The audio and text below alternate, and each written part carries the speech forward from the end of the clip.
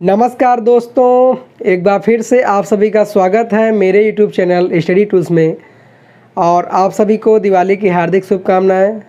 आशा करता हूं कि आप सभी का त्यौहार अच्छे से बीता होगा और अगले साल आपके लिए मेरी यही शुभकामना है कि आप अपना मनचाहा चीज़ प्राप्त करें और सभी का कुशल मंगल से त्यौहार बीतता रहे हर साल की तरह।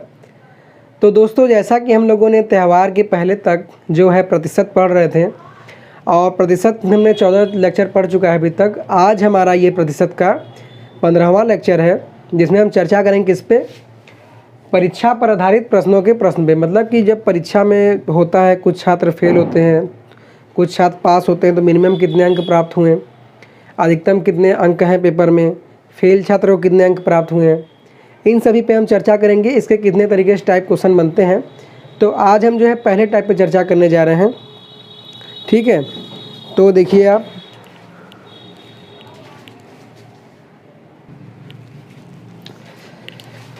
तो साथियों, जैसा कि जो पहला क्वेश्चन है इस टाइप से रिलेटेड, वो ऊपर आपके स्क्रीन पे आ गया होगा, वहाँ आप देख सकते हैं, साइड में ऑप्शन दिया हुआ है। तो देखिए पहला क्वेश्चन क्या दिया हुआ है कि एक विद्यार्थी को उत्तीर्ण होने के लिए 40% अंक चाहिए। मतलब क्या कह रहा है कि किसी परीक्षा हुआ है तो उस परीक्षा में आपको पास होने के लिए कम से कम 40% अंक अनिवार्य है। फिर क्या कर रहा है, वह अंक 90 प्राप्त करता है। मतलब कि 40% अंक उसको मिनिमम चाहिए, लेकिन उसको अंक कितने मिलते हैं, 90 अंक मिलते हैं। वो अंकों में दिया है और ये प्रतिशत में दिया हुआ है। कह रहा है और 10 अंकों से अनुत्तीर्ण हो जाता है। मतलब कि 90 अंक मिले हैं, 10 अगर और मिल जाता तो 40% के बराबर हो जाता और वो उत्तीर्ण हो जाता। तो अधिकतम अंक ज्ञात कीजिए। इसमें परीक्षा कुल कितने नंबर की है, ये हमको बात पता करना है। तो इसके जो ऑप्शन दिए हुए हैं, पहला ऑप्शन दिया हुआ है 200, दूसरा ऑप्शन दिया हुआ है 225 और सी ऑप्शन दिया हुआ है 250 और डी ऑप्शन दिया हुआ है 300। तो आइए देखते हैं किसको हम कैसे सॉल्व करेंगे। तो देखिए, जैसा कि पहले क्वेश्चन में विद्यार्थी को पहले प्राप्त अंक लिख लेते हैं। विद्यार्थी को प्राप्त अंक वो कितने दिए हुए हैं, 90 दिए हुए हैं। और क्वेश्चन में क्या दिया हुआ है कि विद्यार्थी जो है 10 अंकों से फेल हो रहा है। मतलब कि 90 में हम अगर 10 और जोड़ देते हैं तो वो पास हो जाता। और ये पास अंक प्रतिशत में भी उसमें दिया हुआ है कितना, 40%। अर्थात देखिए, पास प्रतिशत बराबर पास अंक अगर हम देखें तो पास प्रतिशत दिया हुआ है कितना साथियों, 40%। और कहा क्या रहा है क्वेश्चन में, क्वेश्चन की भाषा समझिए, उसी में आंसर दिया है। कह रहा है जो छात्र है वो 90 अंक प्राप्त किया है, अगर 10 अंक उसको और मिल जाता तो ये पास हो जाता। अब पास होने के लिए जो मिनिमम नंबर है वो 40% हो जाएगा। तो यहाँ से साथियों 40% बराबर 90 और 10, ये हो जाएगा 100। तो यहाँ से हमने देखा कि 40% बराबर 100 आ रहा है और हमको निकालना क्या है, कुल नंबर निकालना है। तो कुल नंबर निकालने के लिए अर्थात हमको 100% का मान निकालना होगा। तो यहाँ पे आप करिए क्या, इस 40 को हम क्या लिख सकते हैं, 40 इंटू सब में 1 रहता है, 1% बराबर 100 हो जाएगा। इस 40 को इसके बटे में हम भेज देंगे तो 1% का मान आ जाएगा 100/40। और हमको टोटल नंबर निकालना है, मतलब कि 100%। तो दोनों पक्षों में 100 से मल्टीप्लाई कर देंगे तो 100 इंटू 1% बराबर ये हो जाएगा 100 गुणे 100/40। तो देखिए यहाँ ये 0 से 0 कट जाएगा, 2 से काटेंगे, 2 दूनी 4, 2 पंजे 10, फिर इसको 2 से काटेंगे तो ये 50 बार में जाएगा। तो 50 पंजे 250 और 100 का जब हम 1 में गुणा करेंगे तो ये आ जाएगा 100% बराबर 250 नंबर। मतलब यही हमारा परीक्षा में प्राप्त कुल अंक होगा, जो कि आपका ऑप्शन नंबर हो जाएगा सी। इसको आप चाहते तो डायरेक्ट भी कर सकते थे, लेकिन इसमें मैं ये मान के चल रहा हूँ कि हमारे जो और साथ के साथी भाई लोग तैयारी कर रहे हैं, उनकी तैयारी बिल्कुल 0 से हो रही है। तो इसलिए मैंने इस कैलकुलेशन को बिल्कुल विस्तार से बताया। नहीं तो यहीं से आप डायरेक्ट काट सकते थे 40 को बटे में करके मल्टीप्लाई करके डायरेक्ट निकाल लेते हैं। लेकिन मेरा मानना, मैंने ये मान के ये इसको पढ़ा बताया है कि आपको कुछ नहीं आता, ठीक है। तो आप चाहें तो इसका स्क्रीनशॉट ले सकते हैं। तब तक हम अगले क्वेश्चन पे आएंगे आगे इसके बाद।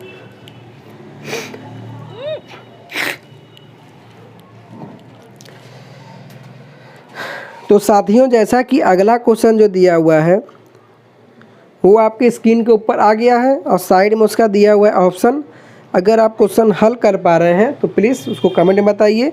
तब तक मैं इसको इरेज कर लेता हूँ, फिर बाद में आपको इसका सॉल्यूशन बताऊँगा।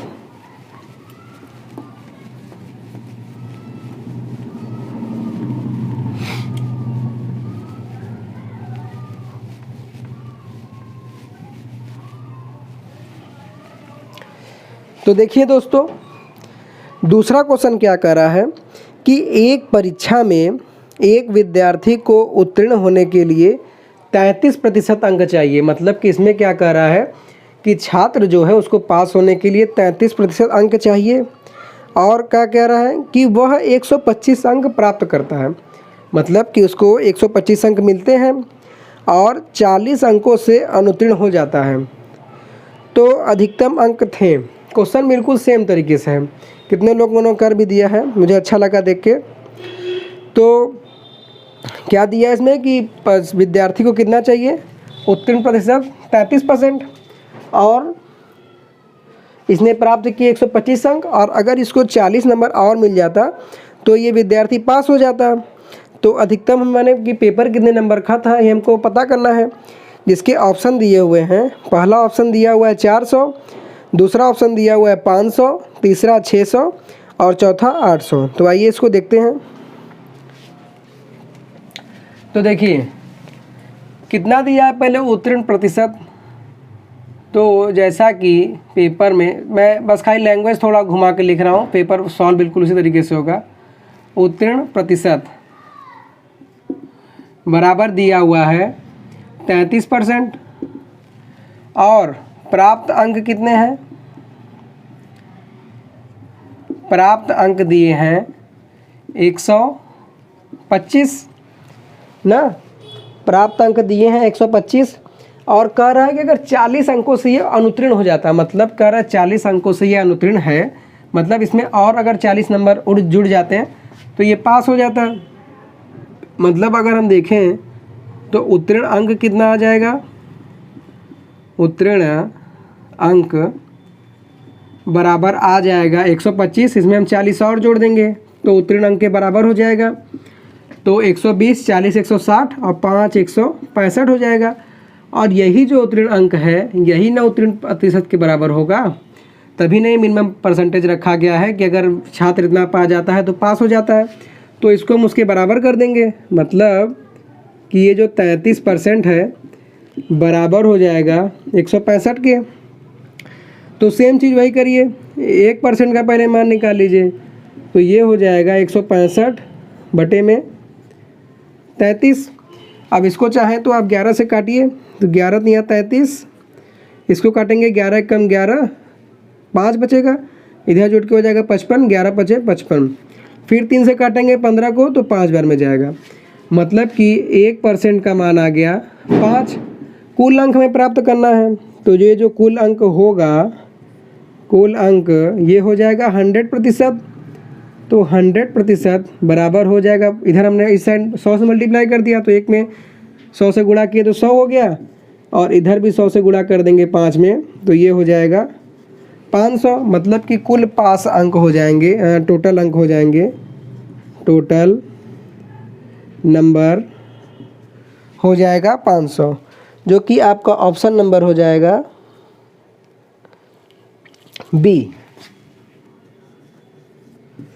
तो इस तरीके से क्वेश्चन सॉल्व हो गया। एक बार मैं आपको और समझा देता हूँ कि क्वेश्चन में कह क्या रहा है कि छात्र जो है उसको पास होने के लिए मिनिमम 33% अंक चाहिए, लेकिन उसको अंक मिलते हैं 125, और ये पास हो जाता अगर इसको 40 नंबर और ज़्यादा मिल जाते हैं। तो इस तरीके से हमने कुल उत्तीर्ण अंक, न्यूनतम उत्तीर्ण अंक निकाल लिया, 125 + 40 = 165। अब क्योंकि ये 165 जो है उत्तीर्ण प्रतिशत के बराबर हो जाएगा, क्योंकि ये मिनिमम नंबर है, तो मिनिमम परसेंटेज पास इतना है, दोनों के बराबर कर दिया हमने, तो 1% का मान निकाल लिए यहाँ से 165/33 और फिर हमने डिवाइड करके जैसा कि आपने देखा कुल अंक निकाल लिया। तो इस तरीके से दूसरा क्वेश्चन भी सॉल्व हो जाता है। आप चाहें तो इसको नोट कर सकते हैं।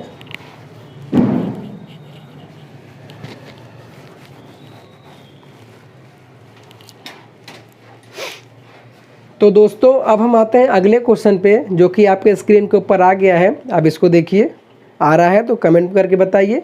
ऑप्शन दिया हुआ है साइड में, तब तक मैं इसको इरेज कर लेता हूँ।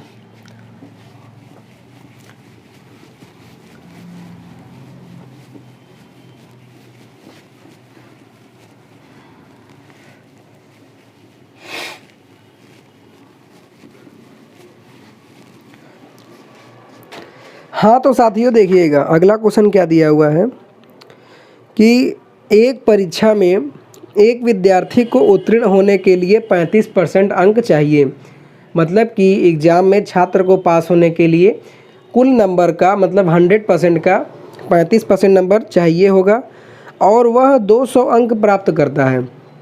ठीक है, कह रहा है कि जो छात्र है वह 200 अंक प्राप्त करता है और 10 अंकों से अनुत्तीर्ण हो जाता है। ठीक है, तो क्या कह रहा है कि विद्यार्थी द्वारा प्राप्त अंकों का प्रतिशत ज्ञात कीजिए। तो पहले क्वेश्चन से ये दूसरा टाइप हो गया, क्योंकि इसमें क्या पूछ रहा है कि विद्यार्थी द्वारा प्राप्त अंकों का प्रतिशत, और अभी तक आपने जो भी क्वेश्चन लगाया उसमें कुल अंकों का टोटल 100% पूछा था। तो इसके ऑप्शन जो दिया गया है विद्यार्थी द्वारा प्राप्त अंकों का प्रतिशत का, ए नंबर दिया है 30%, बी नंबर दिया है 33.33%, सी नंबर दिया हुआ है 32% और डी नंबर दिया हुआ है 34.5%। ठीक है, तो आइए इसको देखते हैं। तो देखिए क्या कह रहा है कि न्यूनतम उत्तीर्ण प्रतिशत कितना दिया हुआ है। न्यूनतम उत्तीर्ण परसेंटेज बराबर दिया हुआ है 35%। कह रहा है कि अगर छात्र अगर 35% अंक प्राप्त कर लेता है तो वो पास हो जाएगा। और साथियों छात्र को जो प्राप्त नंबर हुए हैं वो दिया हुआ है 200।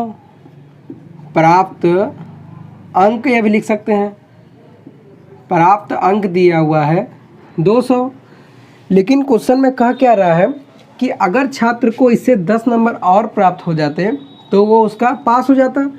मतलब कि अगर 10 नंबर और ज़्यादा मिल जाता तो वो उसका न्यूनतम पास अंक होता। मतलब कि अगर हम 200 में 10 और जोड़ देते तो ये न्यूनतम पास अंक हो जाता, जबकि छात्र को मिले हैं कितने 200 और हमें इसी का परसेंटेज बताना है। तो ये जो नंबर है न्यूनतम पास अंक, ये न्यूनतम उत्तीर्ण प्रतिशत के बराबर होता कि नहीं, यही इसीलिए इसको परसेंटेज में निकाला गया है ना 35%। तो यहाँ से ये 35% का जो मान आ जाएगा 210 आ जाएगा। तो इसी तरीके से जब इस यहाँ से हम पहले 1% का मान निकालें, या फिर इसको देखिए हम क्या लिख सकते हैं, एक और तरीका मैं बता रहा हूँ हमको। 35 को हम लिख सकते हैं 7 × 5% और 210 को हम लिख सकते हैं, इसका फैक्टर करेंगे तो 7 × 30। तो देखिए यहाँ 7 से 7 कैंसिल हो जाएगा तो 5% बराबर आ जाएगा 30। और अगर हम दोनों पक्षों में 20 से मल्टीप्लाई कर देंगे तो ये तो 20 पंजे हो जाएगा 100%, जो कि बराबर हो जाएगा 20 × 30 बराबर 600। तो आप चाहें तो 1% का निकाल लें। अगर आपको क्वेश्चन में ऐसा कंडीशन मिल रहा है कि आप आराम से निकाल सकते हैं किसी फैक्टर में, अगर 5 का या फिर 2 का गुणज अगर दोनों साइड आ रहा है कंसीडर करके निकाल सकते हैं। तो ये तो हमने जो निकाला साथियों, ये तो है परीक्षा का कुल अंक, ये है परीक्षा का कुल अंक। लेकिन हमको निकालना क्या है, हमको निकालना है प्राप्त अंक का प्रतिशत, और प्राप्त अंक है कितना 200। ये हमारा है प्राप्त अंक। तो हमें यही देखना है कि 200 600 का कितना परसेंट होगा। तो इसके लिए करेंगे क्या कि हमें 200 का परसेंटेज निकालना है, किसमें 600। तो 200 ऊपर लिखाता है, जिसका परसेंटेज निकालना होता है वो ऊपर लिखाता है, और टोटल जिसमें से हमें निकालना होता है वो नीचे। और परसेंटेज निकालने के लिए हम 100 से मल्टीप्लाई कर देते हैं। तो यहाँ देखिए 2 जीरो से ये 2 जीरो कट जाएगा, और ये 2 1 कम 2, 2 3 6। तो यहाँ से कितना आ जाएगा 100/3।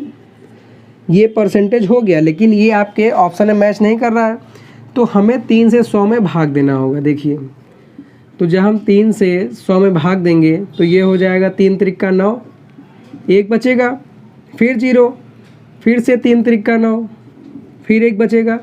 अब आगे अंक है नहीं तो यहाँ दशमलव लगाएंगे, फिर 3 बार में जाएगा तो आएगा 1, फिर 1 बार और ले जाएंगे, फिर 3 आ जाएगा। तो इस तरीके से जब हमने 100/3 को हल किया तो ये आ गया 33.33%, जो कि आपके क्वेश्चन का ऑप्शन नंबर दिया हुआ है बी। तो इस तरीके से ये दोस्तों हल हो गया। एक बार और आप देख लीजिए, क्या कर रहा है कि विद्यार्थी को पास होने के लिए जो न्यूनतम प्रतिशत दिया गया है वो है 35%, लेकिन वो क्या कर रहा है कि जो छात्र है वो आपका फेल है 10 नंबर से, मतलब कि विद्यार्थी को 35% नंबर ही प्राप्त नहीं हुए हैं, जो कि बराबर है 200 के। लेकिन अगर हम देखें ये जो 35% है ये पास परसेंटेज है, और क्वेश्चन में दिया हुआ है कि अगर वो 10 नंबर और पा जाता तो पास हो जाता। तो यहीं पे अगर आप इसको लॉजिक से अगर सोचेंगे तो ये 200 में 10 जोड़ देंगे, 210 35% के बराबर हो जाएगा। फिर अगर आप चाहें तो जैसे मैंने इसके पहले के 2 क्वेश्चन में पहले 1% का मान निकाला, फिर 100 से मल्टीप्लाई करके निकाला, या फिर अगर इस तरीके से चाहें तो ऐसे भी सॉल्व करके आप पूरा परीक्षा का कुल अंक निकाल सकते हैं। क्वेश्चन में नया क्या था कि इसमें मैं ये दिखाना था कि प्राप्त अंक का कुल कितना प्रतिशत है, कि क्यों माने कितना परसेंटेज पाया है। तो जिसका परसेंटेज निकालना होता है वो नंबर ऊपर लिखाता है, बटे में टोटल मल्टीप्लाई करके कैंसिल करते हैं, प्रतिशत के लिए 100 से मल्टीप्लाई करते हैं, आंसर आ गया। तो इस तरीके से तीसरा क्वेश्चन सॉल्व हो गया। आप चाहें तो इसको नोट कर सकते हैं।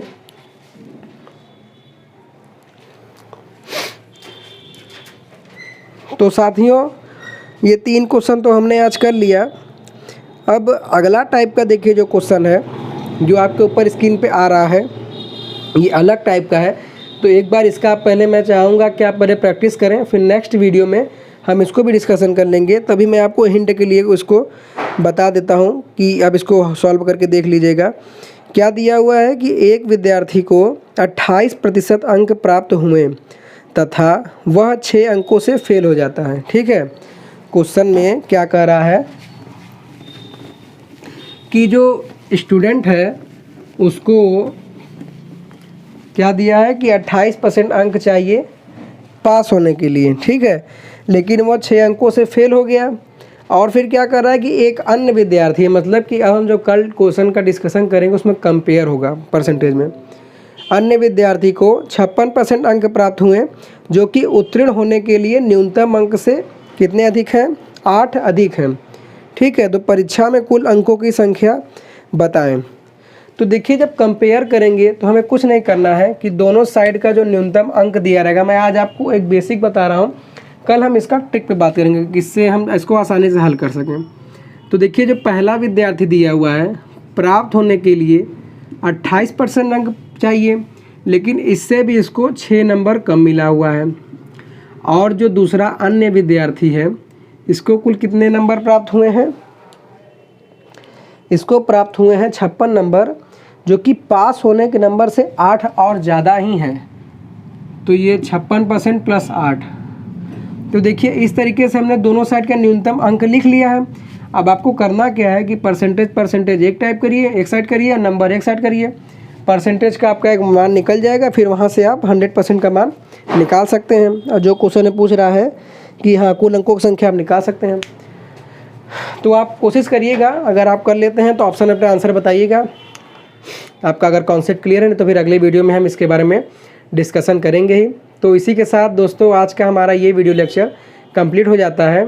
आशा करता हूँ कि बताए गए सभी सवाल की जानकारी आपको पसंद आई होगी। तो प्लीज़ वीडियो को लाइक कीजिएगा, चैनल को सब्सक्राइब कीजिएगा, और सबसे ज़रूरी चीज़ अपना बहुमूल्य कमेंट ज़रूर कीजिएगा, जिससे कि हमको पता लगे कि आपको हमारे द्वारा दिया जा रहा कंटेंट पसंद आ रहा है, सवाल समझ में आ रहा है कि नहीं। तभी हमको इससे और ऊर्जावान मिलेगी और आपके लिए हम और लंबे कुछ समय तक इसको जो है क्लास को बढ़ा पाएंगे। तो दोस्तों इसी के साथ आज के लेक्चर को हम यहीं समाप्त करते हैं। So thanks for watching. नमस्कार।